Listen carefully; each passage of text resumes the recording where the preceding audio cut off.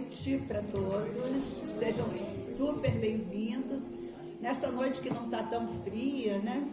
Porque comparado com sábado e domingo, né? Tem muita gente achando que está até quente hoje. Mas eu continuo achando frio. Vamos lá, gente. A gente sempre faz a leitura de uma página, né? A gente abriu agora, Sementeira e Construção. O livro é de Francisco Cândido Xavier. Chama Fonte Viva e o espírito é Emmanuel. Sementeira e construção. Porque nós somos cooperadores de Deus. Vós sois lavoura de Deus e edifício de Deus. Paulo, Coríntios 3, parágrafo 3, artigo 3. Ih, gente, errei todo aqui, mas tudo bem. Asseverando Paulo a sua condição de cooperador de Deus e designando a lavoura e o edifício do Senhor nos seguidores e beneficiários do Evangelho que o cercavam, traçou o quadro espiritual que sempre existirá na Terra, em aperfeiçoamento entre os que conhecem e os que ignoram a verdade divina. Se já recebemos da Boa Nova a lâmpada acesa para a nossa jornada, somos compulsoriamente considerados colaboradores do Ministério de Jesus, competindo-nos a sementeira e a construção dele em todas as criaturas que nos partilham a estrada. Conhecemos, pois, na essência, qual o serviço que a revelação nos indica, logo nos aproximemos da luz cristã.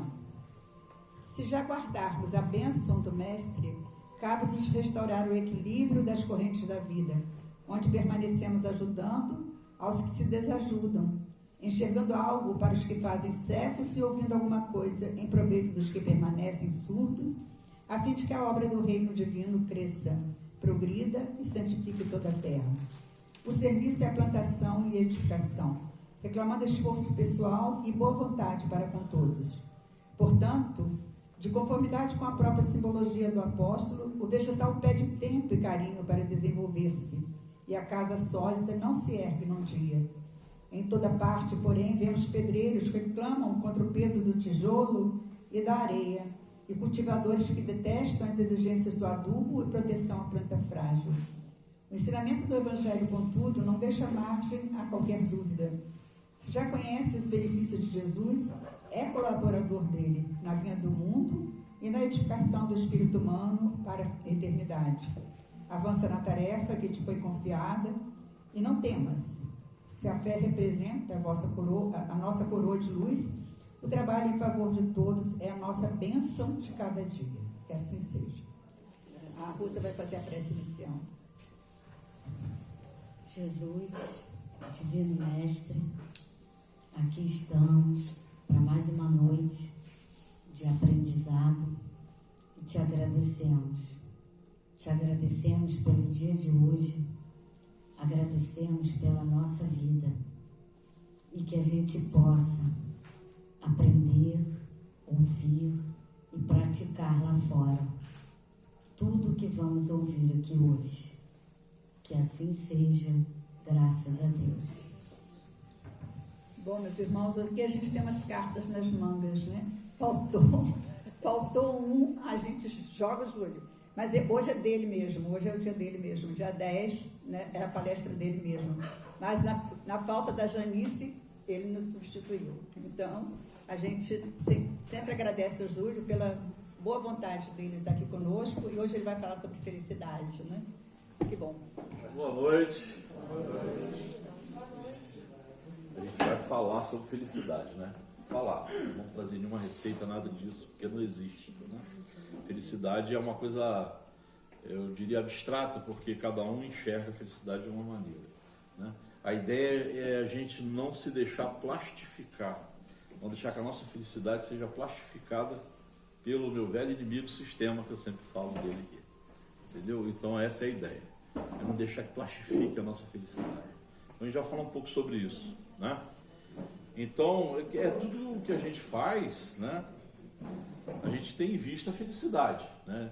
A gente procura a felicidade. Mesmo o mais abnegado humanista, o cara que abdica dos seus prazeres, dos seus confortos em benefício do próprio, também faz isso pela própria felicidade, né? Porque se sente bem fazendo isso. O avarento, né? O avarento, ele se satisfaz só naquele fugaz momento do dinheiro entrando, né? Em que ele ganha algum dinheiro. No minuto seguinte ele já está preocupado em ganhar mais. E aí a felicidade é muito rápida para ele. Mesmo o filantropo, né? Aquele que se preocupa, que ajuda, que participa, ele se perturba e se sente feliz, né? Ao reconhecer os seus próprios limites de não conseguir ajudar a todos o tanto quanto queria. Isso é um sofrimento de infelicidade natural para aquelas pessoas que se preocupam com o outro, né? É uma ansiedade muito grande, principalmente quando a gente vê como o mundo trata mal, né? Os nossos miseráveis, como o mundo trata mal os nossos idosos, como o mundo trata mal os nossos doentes, né? Então, isso incomoda, né? Há aqueles que procuram garantir a felicidade pela busca contínua dos prazeres da vida, né? Mas os sentidos, eles vão ficando, eles se cansam dos objetos, né? E se tornam mais exigentes. E aí, perdendo o interesse dos deleites, eles começam a reivindicar, né, novos e mais extravagantes desejos. E no final o sujeito está infeliz. Aí ele vai e compra uma viagem no submersível sem garantia nenhuma. Entendeu? O cara faz isso. E no final está infeliz. Tem todo o dinheiro do mundo. Então nós já eliminamos. A gente já sabe que uma coisa não traz felicidade, né? Apesar da piadinha, o pessoal faz, manda comprar, faz isso. Não é verdade. É só a gente parar e prestar atenção, né? Então, ainda que a gente nunca vai alcançar plenamente a felicidade, não aqui encarnado, ninguém desiste da felicidade, nem deve desistir da felicidade, né? Em artigo na Revista Espírita,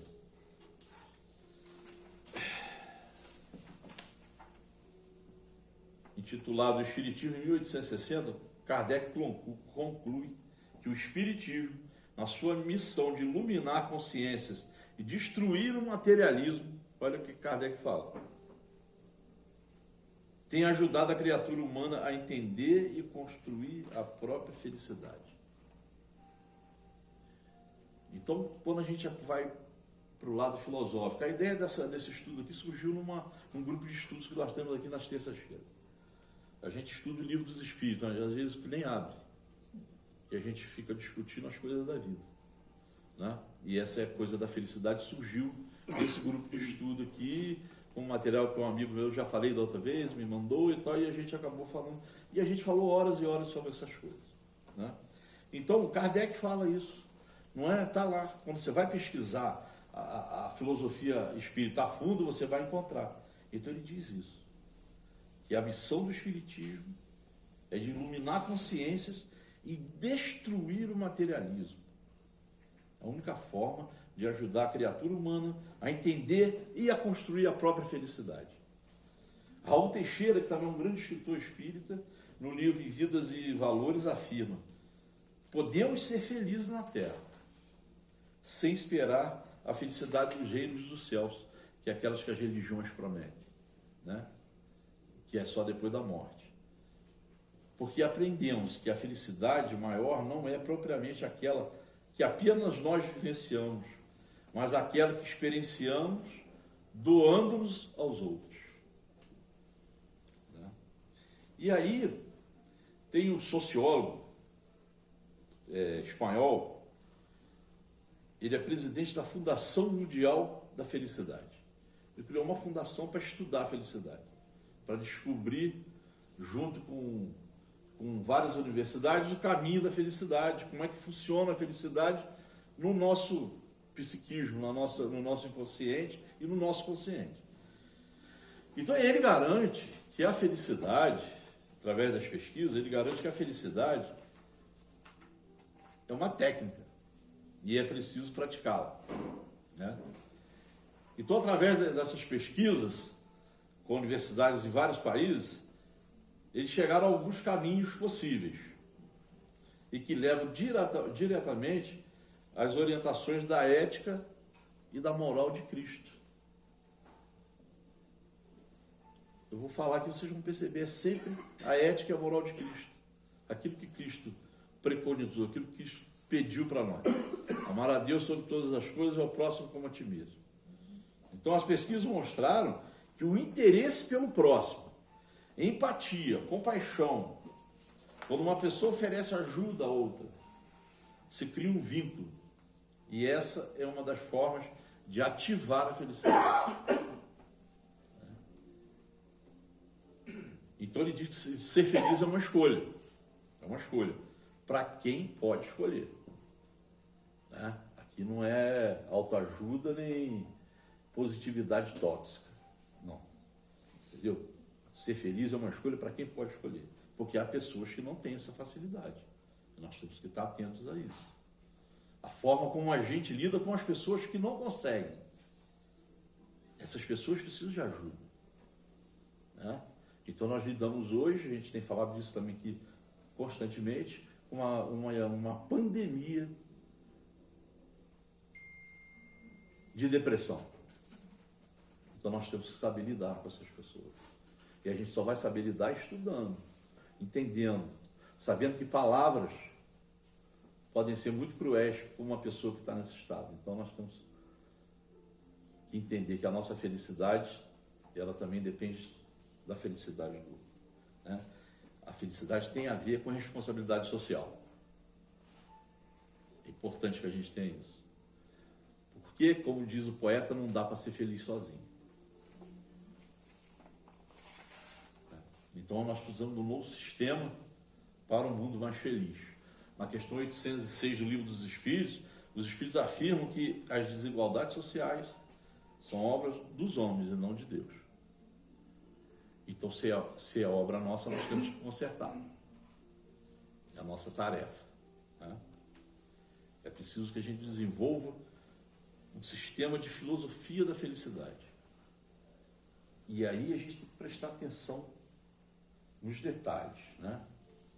A gente, quer dizer, trata-se de buscar maneiras para que o maior número de pessoas possam ser felizes. Então, a gente está falando menos sobre acumulação, menos sobre... mas nós estamos falando do estado de liberdade de consciência. Né? Uma consciência mais elevada. É entender que a felicidade... entender a felicidade como algo a ser compartilhado. Né? E aí a gente tem que começar a prestar atenção, porque a felicidade, ela não é total, ela não vem total, ela não vem de uma vez só, ela vem nos detalhes. Né? Assim como tudo, né? A gente erra nos detalhes, mas a gente também acerta nos detalhes. Né? Os grandes conflitos que nós temos com a nossa espiritualidade são esses enfrentamentos com os detalhes. Porque a gente peca muito nos detalhes. A gente peca no olhar, no pensar, hoje em dia muito no digitar, né? E nós pecamos ao falar. E como a gente lida hoje com uma sociedade que está numa situação muito complexa nesse sentido, de que do pós-pandemia, né? Toda uma situação, toda uma transformação que houve nas relações de trabalho, nas relações na escola, nas relações nas famílias. E a gente ainda teve um outro período muito difícil também dessas coisas de eleição, eleitoral. Tudo isso trouxe uma energia muito pesada, muito negativa. E em muita gente isso reagiu como doença.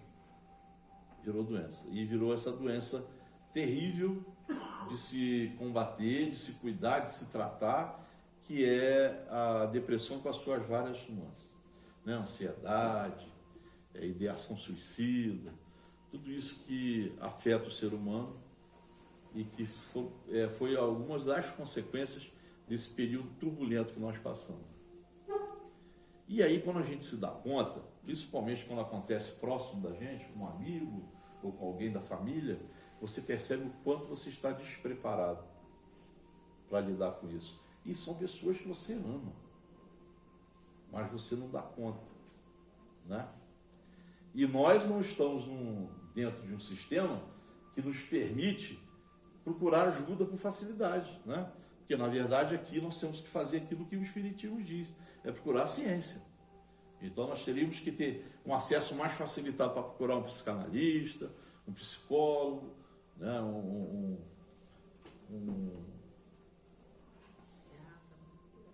Fala aí para mim que eu perdi. O psiquiatra, isso aí. Então, e não temos, sabe que o acesso disso é muito difícil, né? O SUS, apesar de ser um sistema sensacional, ele funciona mal porque ele é mal gerido, né? Então, a maioria das pessoas não vão ter acesso a isso, né? Quem tem plano de saúde sabe que o plano de saúde limita também esse acesso, né? Então, a gente assim recebe aqui na Casa Espírita um monte de gente com esse grau com gravidade, né? Pessoas que já estão transtornadas e chegam aqui porque não conseguem socorro fora. Então, o socorro espiritual, ele te ajuda o quê? Ele te alivia, mas ele não te cura. Não existe milagre, tá? Dentro da filosofia espírita não existe milagre. O que os espíritos fazem aqui é aliviar a sua tensão, é fazer com que você lide melhor com a sua situação. Ele te acalma, ele te põe mais sereno. Mas a doença tem que ser tratada pelo médico, pelo psiquiatra, pelo psicanalista, pelo psicólogo. São esses que vão te tratar. Aqui te dá força, energia, vibração. Isso aqui é uma casa onde você recebe esse magnetismo. E a gente tem que procurar, porque é importante, nós vamos falar disso aqui, sobre a questão da espiritualidade como caminho para a felicidade. Então nós estamos falando disso tudo porque a gente está se encontrando com muita gente infeliz, sabe? Você chega numa fila de qualquer coisa, as histórias são terríveis, sabe? Você não ouve coisa boa, né? É difícil. E aí você vai... Hoje eu estava em algum lugar, eu estava no dentista, e a conversa era em torno disso, coisa de doença, e tudo começou a me dar ansiedade. Eu tenho um grau de ansiedade que eu controlo com prece, com saio do local, respiro e tal. Mas aquilo começou a me dar ansiedade, e não é só ali, nos vários ambientes em que as pessoas estão se socializando, elas estão falando disso, sabe? É uma necessidade, né? É uma necessidade que as pessoas têm de falar. Aí você percebe como que faz falta na estrutura desse sistema louco aí, a possibilidade de você conversar com um psicólogo. Quantas pessoas ali não estariam aliviadas? Porque quantos de nós está preparado para ouvir? Pouquíssimo, né? A gente é ruim de ouvir pra caramba, né? E a gente ouve com carinho e tal, quando dá, mas a gente não tem a técnica, nós não estamos preparados. Mas às vezes só de ouvir você já ajuda. O Centro de Valorização da Vida, o CVV, que atende pessoas com ideação suicidas, ou mesmo pessoas que estão com dor mesmo, a pessoa está sozinha, está se sentindo sozinha, ela liga lá para o 188, que é grátis. E o cara do outro lado, que é voluntário, a única coisa que ele faz é ouvir. E o CVV recebe 3 milhões de ligação por ano. 3 milhões de ligação. E a média de cada ligação é de 53 minutos. E como que as pessoas estão na busca desse alívio, da dor, do isolamento, né? E o sistema, ele investe nessa individualização. Quanto mais sozinho você fica, mais fácil de te dominar, mais fácil de fazer você ir para a tela comprar, entendeu? Você fica à mercê daquelas propagandas, daquilo te bombardeando o tempo todo. né? Se você falar boneca, parece um monte de boneca na tela para você comprar. Essas coisas nos afastam da felicidade. E elas estão ligadas a essa questão material que o Espiritismo se propõe a combater. Porque o Espiritismo é uma proposta, a filosofia é uma proposta otimista. O Espiritismo é otimista, porque ele diz que a vida é eterna e que nós vamos evoluir sempre, né? Então é essa proposta, por isso que o Espiritismo, por isso que Kardec, porque o Espiritismo vai fazer, não, Kardec codificou, não só codificou, Kardec foi um elemento fundamental nas perguntas que eram feitas aos Espíritos. E vocês podem ver, pega lá o terceiro livro, do livro dos Espíritos, as leis morais, Kardec baseou todas as perguntas dele nos valores da Revolução Francesa. Todas as perguntas têm a ver. Ele fala das desigualdades sociais, ele fala da lei de trabalho, ele fala da lei de liberdade, entendeu? Todos os temas são abordados. Por quê? Porque essa é a característica dessa filosofia que nós seguimos, entendeu? É uma filosofia que se propõe a melhorar o ser humano dentro da ética e da moral cristã, que é onde a pedagogia espírita se sustenta na questão da religiosidade, né? Então, a busca da felicidade, ela é uma constante e nós estamos adiando isso. Por isso que toda vez que falam de datas, data limite, daqui a 50 anos, não tem isso. No Espiritismo não tem. Pode ler todos os livros de Kardec, não tem isso. Por quê? Porque tudo no mundo está condicionado ao nosso livre-arbítrio. E com o livre-arbítrio a gente adia. A gente adia o planeta de regeneração, que tantos espíritos falaram, nós adiamos com a nossa conduta, com a forma que a gente se relaciona com o outro, com a forma com que a gente se relaciona com o planeta, com o meio ambiente, com os nossos hábitos de consumo. Tudo isso a gente vai adiando esse planeta de regeneração. Então não tem data. A data vai ser quando a gente se conscientizar de que nós precisamos cuidar um do outro, né? Que nós precisamos parar a máquina de fazer coisa e olhar mais para o ser humano. Então, essa pesquisa da Fundação da Felicidade, ele chega a essa descoberta e que a gente acaba desconhecendo. Eu não sabia disso aqui. Um amigo que viu a entrevista desse Luiz Galhardo no Globo e trouxe para mim. É um amigo que ainda lê jornal físico, ainda papel. Aí trouxe a página para mim, para eu ler. Entendeu? E aí eu trouxe para a discussão do grupo aqui. E aí a gente foi descobrindo coisas que a gente não sabia. Então a pesquisa concluiu que a forma mais básica de construir a felicidade é dar, se colocar a serviço dos demais. Então, quanto mais me dou, mais ajudo, mais feliz sou. A conclusão que eles chegaram. As pessoas que eram mais felizes, elas eram desligadas das questões materiais e eram mais ligadas nas questões de ser, nas questões de ajudar, nas questões de construir a felicidade com o outro. Então, e foram analisados vários elementos que influenciam a felicidade. E o resultado sempre levava a amabilidade, perdão, compaixão e solidariedade. Sempre chegava nesse ponto. E outra coisa, apontava que pessoas com alguma conexão espiritual eram mais felizes do que as outras. É a ética do Cristo, que ele propôs, que ele deixou como exemplo para a gente, né? O Cristo histórico, aquele que a gente tem notícia, aquele que os apóstolos lá, que a gente aqui, Marcos, Mateus, Lucas e João, são os que Kardec escolheu para colocar a ética de Cristo no Evangelho segundo o Espiritismo, né? Então é esse Cristo histórico presente com sua ética e seus valores morais, né? Então a Universidade de Saragoça, a partir dessas pesquisas, criou uma disciplina que se chama Ciências Contemplativas, que estuda justamente a conexão entre ciência e espiritualidade. Então a gente percebe o seguinte, essa questão da contemplação também. São as oportunidades que nós temos diariamente de ter momentos felizes.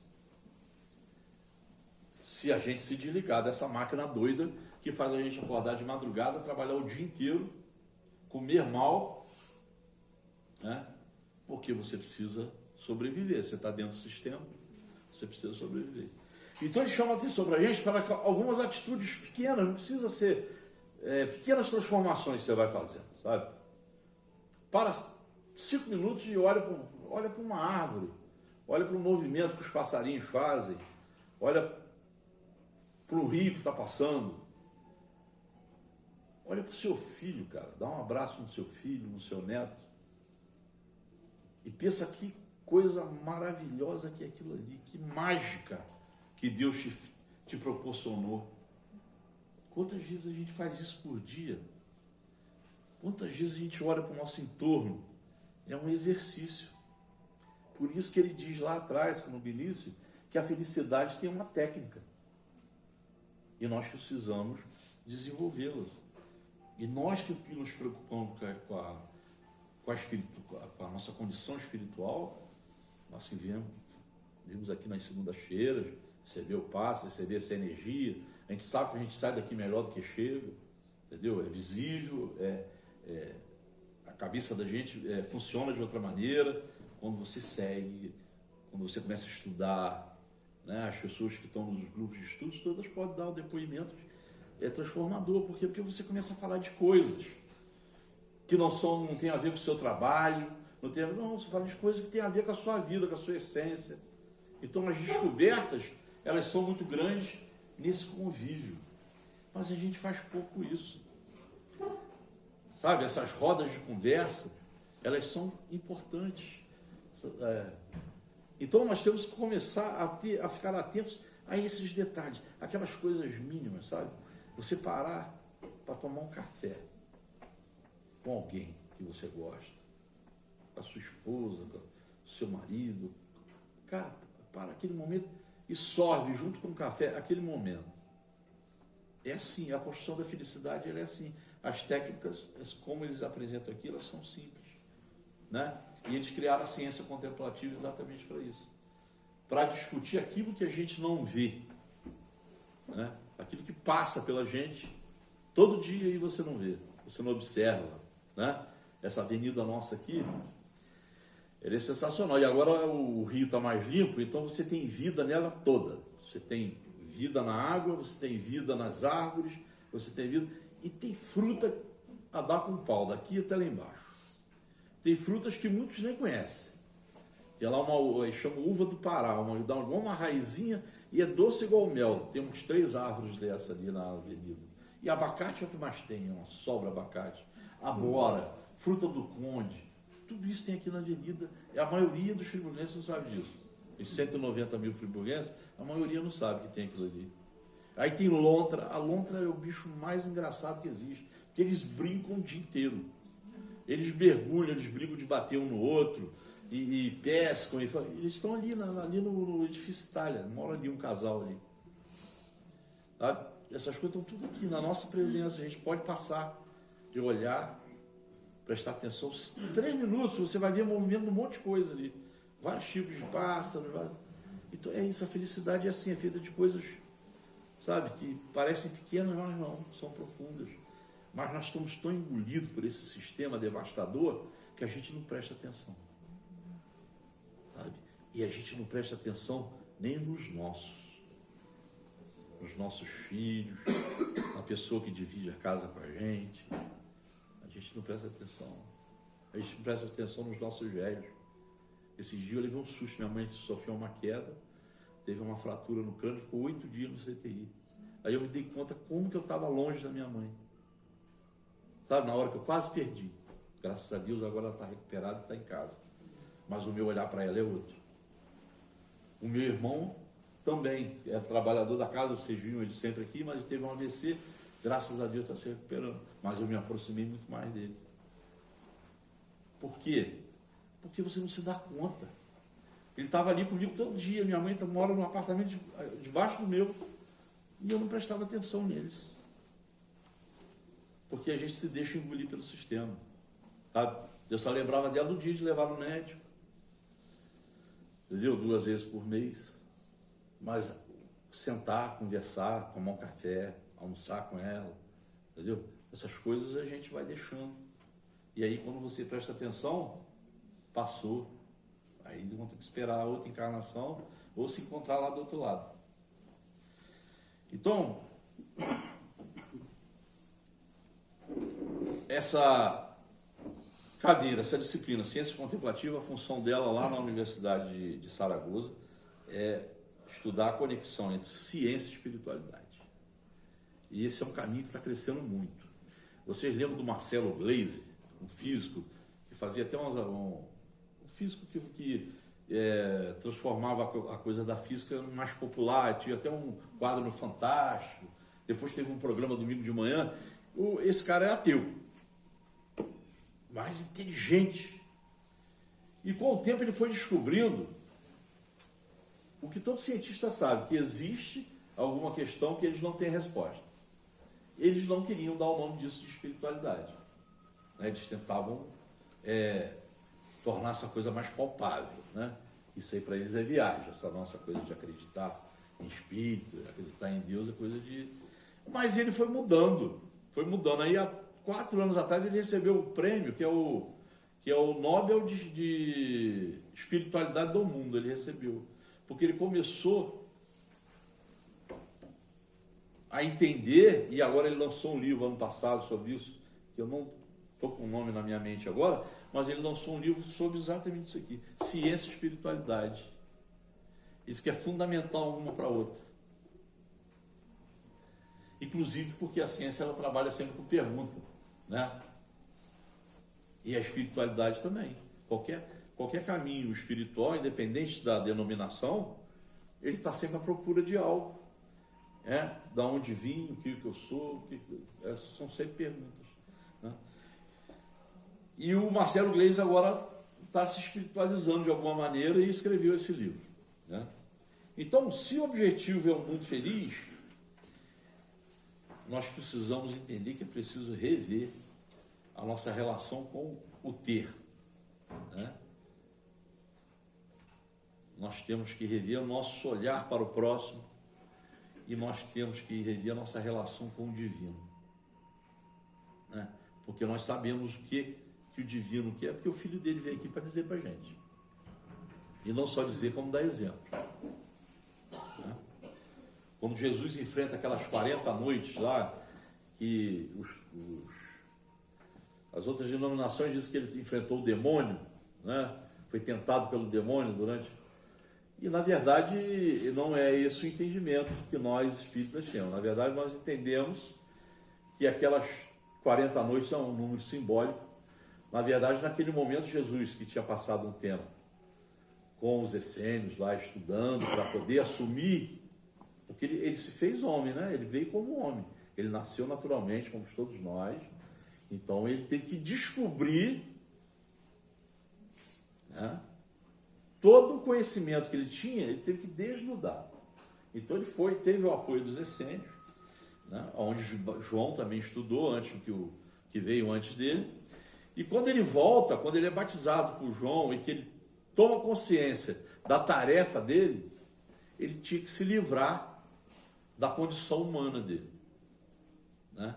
Então aquele conflito de que o demônio dizia, você pode comer o que você quiser. Né? E ele resiste. Que você pode ter o que você quiser, ele resiste. Né? Tudo isso era uma luta interna.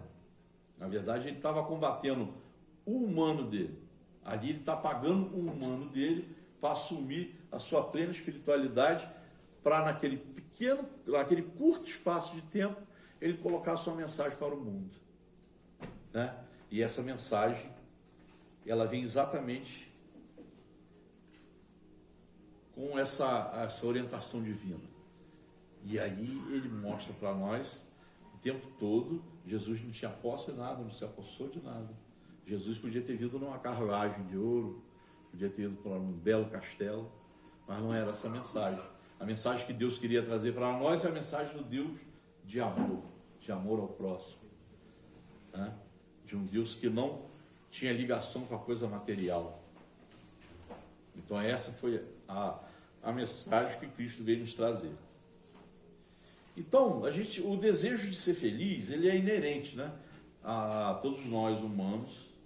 E aí o Espiritismo nos ajuda nessa busca, na concretização desse objetivo, porque as suas diretrizes morais, que são as diretrizes do Cristo, né, ela nos permite a exata compreensão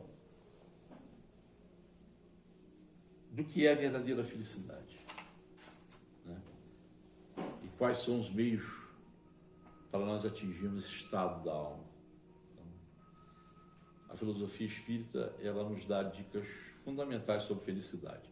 Olha só, na questão 918 até a 922, os espíritos dizem a Kardec: a felicidade depende das qualidades próprias do indivíduo e não do estado material do meio que se acha. Tá aí o Espiritismo falando de novo da questão material. O Espiritismo fala o tempo todo, em todos os livros do Espiritismo, eles combatem essa nossa coisa do consumo, essa nossa coisa da questão material, desse apego material.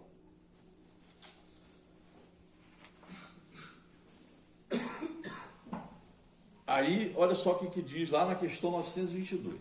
Há uma medida de felicidade comum a todos os homens: a posse do necessário para a vida material, a consciência tranquila e a fé no futuro para a vida moral.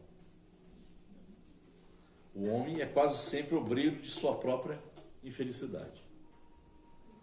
Por quê? Porque nós somos colocados nesse turbilhão aonde exigem de nós o máximo.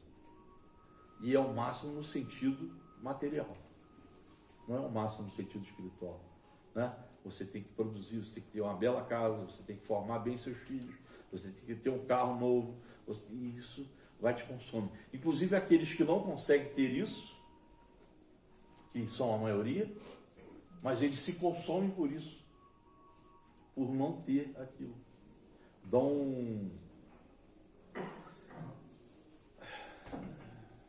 Como é que é aquele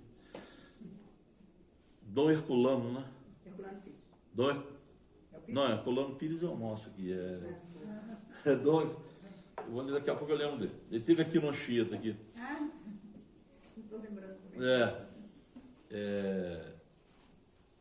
E ele dizia que o que mais incomodava na obra social da igreja dele, eu esqueci o nome dele, um padrezinho baixinho desse tamanhozinho, mas era um guerreiro. E ele dizia que o que mais incomodava nele era o escravo de hoje querer ser o senhor de amanhã. E o sistema foi fazendo isso. Eu lembro na minha juventude, quando eu era militante, tudo, era a classe trabalhadora, era proletariado. Hoje ninguém mais quer ser chamado disso, não. Hoje é associado. Qual outro tem? Colaborador. Entendeu? Não tem mais isso, porque eles foram engolindo isso. Porque eles abafaram a luta de classe, né? Esconderam isso aí. Então eles colocaram no nosso inconsciente esse desejo de ter o que o outro tem, ou ter mais do que o outro tem. Então o cara não quer mais, o cara não está buscando a felicidade, ele está buscando com ansiedade, né? Com muita ansiedade, essa construção social que é do ter, sabe? Então isso afeta muito a nossa construção espiritual e a nossa felicidade. É o status. O status, exatamente. Então, quando a gente propõe, quando a filosofia espírita, a pedagogia espírita nos propõe que praticando a lei de Deus nós vamos nos prevenir de muitos males, e que isso vai nos proporcionar a felicidade possível, nós temos que estar atentos, sabe? Porque lá no Evangelho segundo o Espiritismo, no capítulo 5, a gente encontra a informação de que a felicidade reside na paz de consciência. consciência tranquila, do dever cumprido, amando o próximo, sem qualquer expectativa de recompensa pelo bem praticado. Né? Ou seja, nós temos que cortar bastante lenha ainda para poder alimentar esse nosso lado. Né?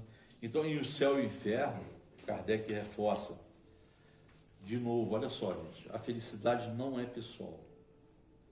Se só a encontrasse em si mesmo, se não pudesse fazer com que os outros a partilhassem, seria egoísta e triste. A felicidade está na comunhão de pensamentos que une espíritos simpáticos. Então, a filosofia espírita é rica nessa proposta da felicidade, que por muito tempo ficou escondida. Porque a filosofia espírita, principalmente no Brasil, ela seguiu muito essa linha da moral judaico-cristã, da culpa, sabe, da punição. E quando você vai estudar a fundo, não tem isso. A proposta do Espiritismo é uma proposta de amor, é uma proposta de responsabilidade. Claro, você é responsável pelos seus atos, mas se você errar, você não vai ser punido, sabe? Você tem que se responsabilizar e consertar o erro, e aí você evolui. Essa é a proposta. Não existe céu e inferno.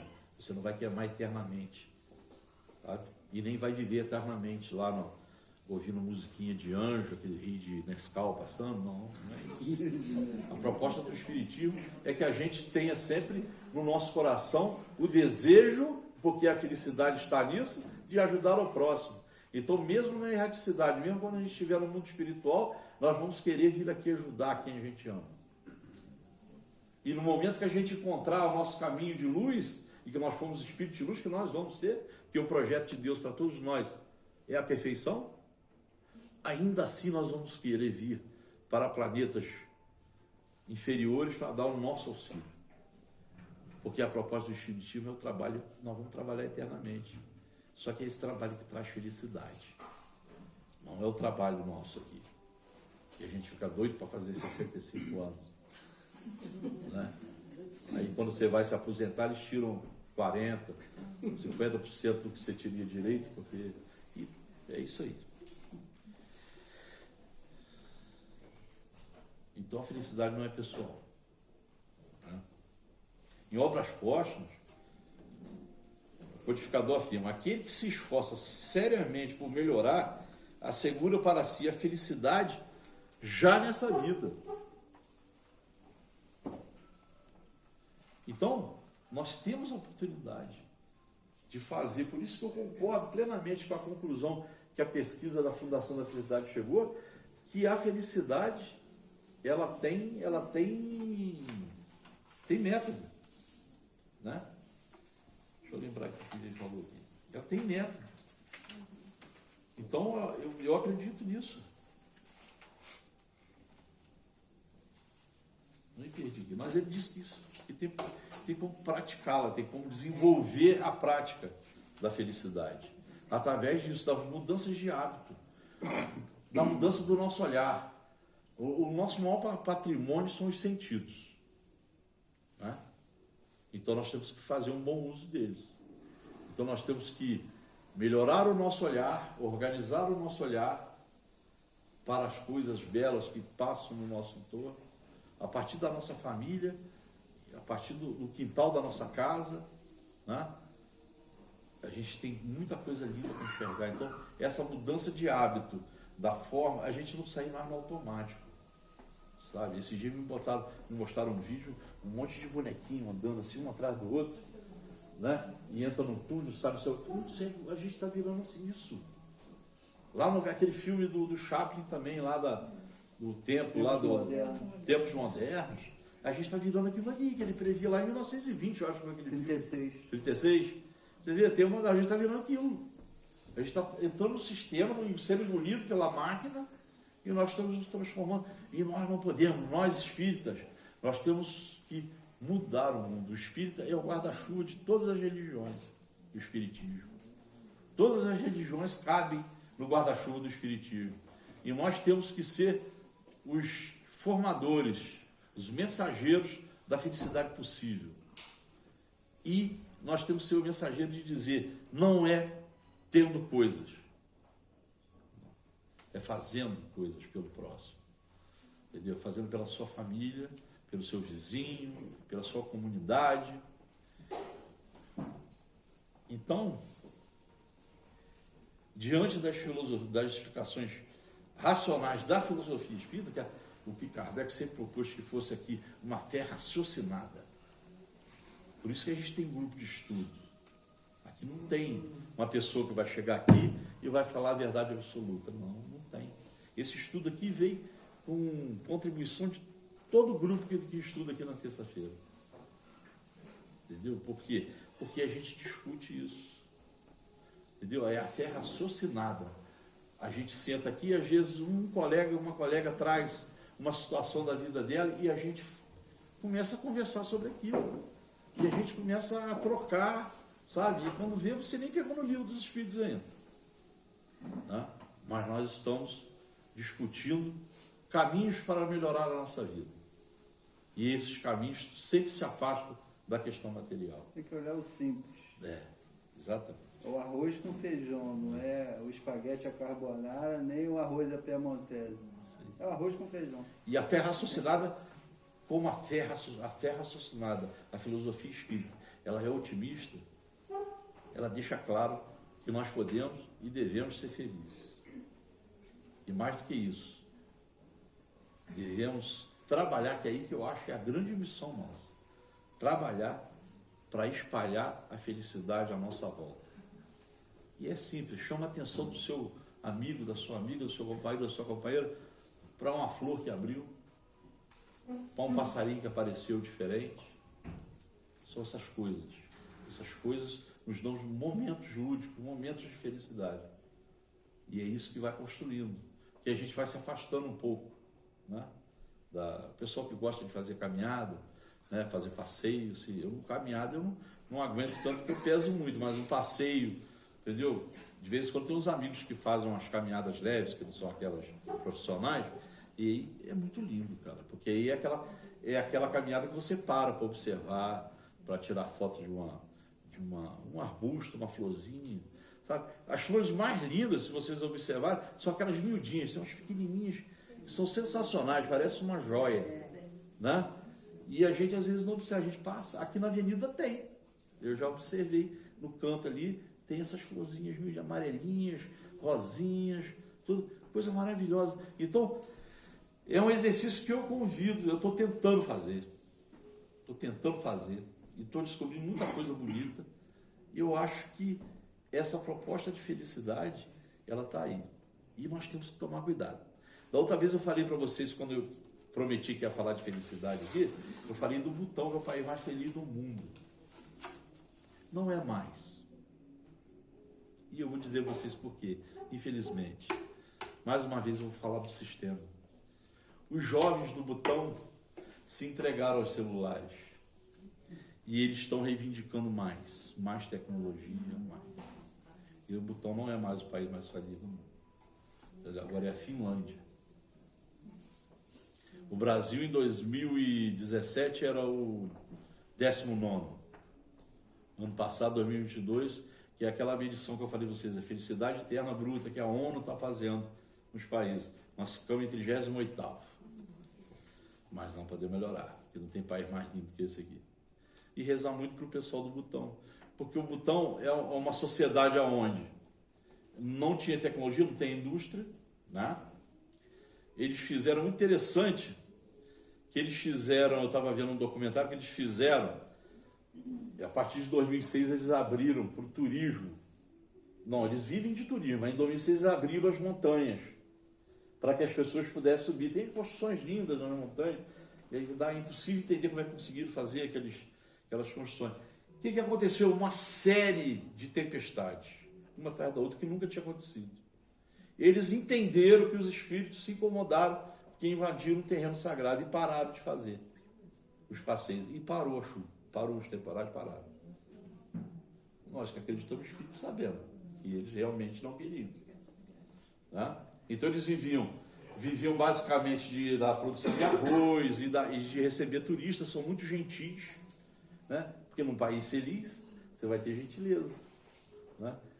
E aí a tecnologia chegou, a partir de 2013 chegou a tecnologia foi tomando conta e a juventude não tem mais a mesma inspiração para se dedicar à felicidade como seus antepassados tiveram, como seus pais tiveram. O sistema engole tudo, gente. Presta atenção. Os detalhes, sabe?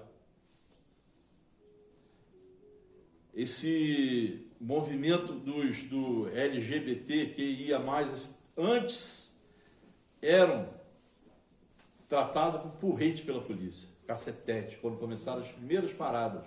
Hoje o sistema dominou. É o Natal de São Paulo, a parada gay. Porque o sistema engoliu e eles faturam horrores em cima de um movimento que devia ser um movimento social, de busca da felicidade, da igualdade, do respeito. Mas o sistema vai e absorve, ele pega tudo. Então ele não pode deixar, não deixemos que ele nos pegue. Vamos nos atentar aos detalhes, que a natureza, que foi essa perfeição que foi feita.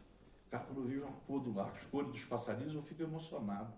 Como é que foi feito aquilo ali, cara? Como é que aquilo surgiu? Como é que alguém pode não acreditar em Deus quando se vê isso? Quando você vê a cor de uma flor, de uma orquídea, né? Mas o sistema já absorve. Hoje você só vê orquídea e orquidário. Aqui nós ainda temos. Se andar na mata, você vê orquídeas ainda naturais, sabe? Mas se deixar, eles engolem tudo. A máquina de engolir coisas, ela não para. E nós que temos fé, que temos esse nosso pensamento voltado para a questão espiritual, nós podemos ajudar o planeta com a nossa conduta, com a nossa atitude. Porque a nossa atitude, ela é como uma espiral. Ela vai, quem está do seu lado observa a sua atitude, e o outro observa o outro, é uma espiral e ela pode ser transformadora. Essa energia transformadora, a partir do momento que a gente faça a opção pela felicidade. Obrigado pela atenção. Bom, meus irmãos, depois da palestra do Júlio, do passe, da Aguinha Fluidificada, né? Vamos encerrar com uma prece que o nosso palestrante vai fazer, né? Pai maior, Jesus, mestre amado, Francisco de Assis, patrono dessa casa, a todos os espíritos que estão aqui presentes nessa reunião, os nossos mentores, agradecemos a oportunidade do aprendizado, peçamos para nos intuir, nos orientar, nos assistir, que possamos ter uma semana de paz, tranquila, que possamos reforçar toda a energia recebida nessa casa, nessa noite, através da prece diária, dos bons pensamentos, das boas condutas, que possamos transformar as nossas vidas e aumentar o nosso índice de felicidade, que voltemos todos em paz para casa, que assim seja. Boa noite a todos. Boa noite a todos. Tenham uma ótima semana. Que Deus ilumine cada um de vocês e a família.